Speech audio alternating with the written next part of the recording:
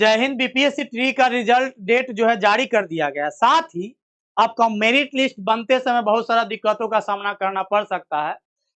क्या नोटिस में कहा गया इसको पहले समझेंगे। आपका रिजल्ट कब आना है इसको देखेंगे। रिजल्ट आने के बाद जब विद्यार्थी का रिजल्ट आएगा उसके बाद जब मेरिट लिस्ट बनेगा उस समय बहुत सारा विद्यार्थी जो है छट जाएंगे। किन वजह से छटेंगे उसको हम देखते हैं। उससे पहले हम आपको बता दें जो ये रिजल्ट डेट आया है बीपीएससी ट्री का, वो आपका रिजल्ट जो दिया जाएगा 14 नवंबर से 15 नवंबर के बीच में जो है सबसे पहला रिजल्ट आएगा और जो रिजल्ट आएगा 1 to 5 का सबसे पहले रिजल्ट जारी किया जाएगा। उसके बाद बीपीएससी दूसरा रिजल्ट जारी करेगा 16 और 20 नवंबर के बीच में 6 to 8 का दूसरा रिजल्ट जारी किया जाएगा। उसके बाद माध्यमिक और उच्च माध्यमिक का रिजल्ट जो है 12 नवंबर तक इसका रोस्टर क्लियरेंस होने के बाद 25 नवंबर को इसका रिजल्ट जारी किया जाएगा उच्च माध्यमिक का। उसके बाद आप जब बात करते हैं तो 30 नवंबर तक उच्च माध्यमिक का रिजल्ट जो है जारी होने का संभावना बताया गया। अब आपको दिक्कत कहां आने वाला है, मेरिट लिस्ट कैसे तैयार होगा इस बार जरा समझेंगे। कहना यह है शिक्षा विभाग अनुसूचित जाति अनुसूचित जनजाति कल्याण विभाग के अंतर्गत विद्यालय अध्यापकों के लिए मेगा सूची यानी मेरिट लिस्ट का निर्धारण किस प्रकार किया जाएगा। निर्धारण किया जाएगा तो मेरिट लिस्ट का निर्धारण किया जाएगा जो आपका रिटेन परीक्षा में कुल प्राप्तांक यानी जितना भी आपका अंक मिलता है पार्ट 1 और पार्ट 2 और पार्ट 3 के आधार पर आयोग सफल अभ्यर्थी यानी जितने भी विद्यार्थी पास कर जाते हैं उसकी औपबंधिक मेगा सूची तैयार करेगा। लिखित परीक्षा वस्तुनिष्ठ के कुल प्राप्तांक समान होने की स्थिति में यदि आप जरा समझेंगे पार्ट 2 और पार्ट 3 में अगर कोई विद्यार्थी पास कर जाते हैं मेरिट लिस्ट बनाते समय अगर आप पास कर गए और कोई और पास कर गए 4-5 विद्यार्थी अगर पास कर जाते हैं कोई ए है कोई बी है और कोई सी है और कोई डी है सबका नंबर यदि सेम है सबका नंबर सेम है तो उस वक्त जो है समान होने की स्थिति में चयनित विषय भाग 3 का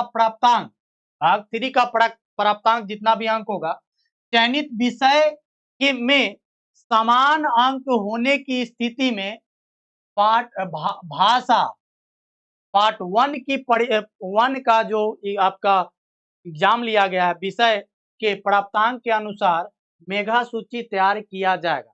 यानी पार्ट 2 और पार्ट 3 में अगर ये सब का नंबर सेम आ जाता है अगर 4 व्यक्ति है चारों का नंबर सेम आ गया तो इसको छोड़ करके चारों का पार्ट 1 का जो एग्जाम हुआ है उसका अब अंक देखा जाएगा।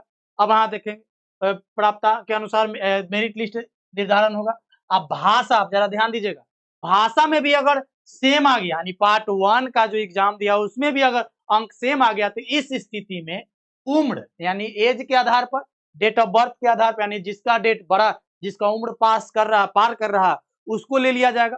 अगर उम्र भी समान होता है अगर उम्र भी एक जैसा पाया जाता सबका डेट ऑफ बर्थ मान लीजिए कि डेट ऑफ बर्थ में सबका 97 ही है तो उस स्थिति में अल्फाबेट के अनुसार देवनागरी लिपि के वर्णमाला के अनुसार नाम वाले उम्मीदवार को चयनित किया जाएगा।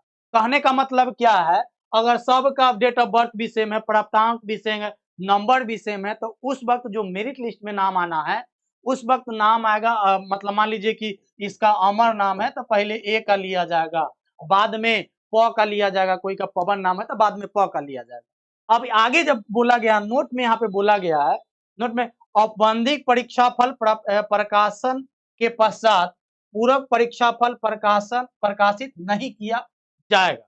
कोई भी प्रकाशित फिर बाद में नहीं किया जाएगा। फिर इसमें कह रहा अभ्यर्थी किसी एक ही विषय का चयन कर सकते हैं जिस विषय में उन्होंने शिक्षक पात्रता परीक्षा उत्तीर्ण किया है। यदि अभ्यर्थी एक या एक से अधिक विषय का शिक्षक पात्रता परीक्षा उत्तीर्ण हुए हो फिर भी उसको एक ही विषय का चयन करना है। तो ये आपके सामने एक दुविधा आ सकती है तो इसको आप लोग किस प्रकार से निपटेंगे ये आप लोग देख लीजिए। बहुत बहुत धन्यवाद।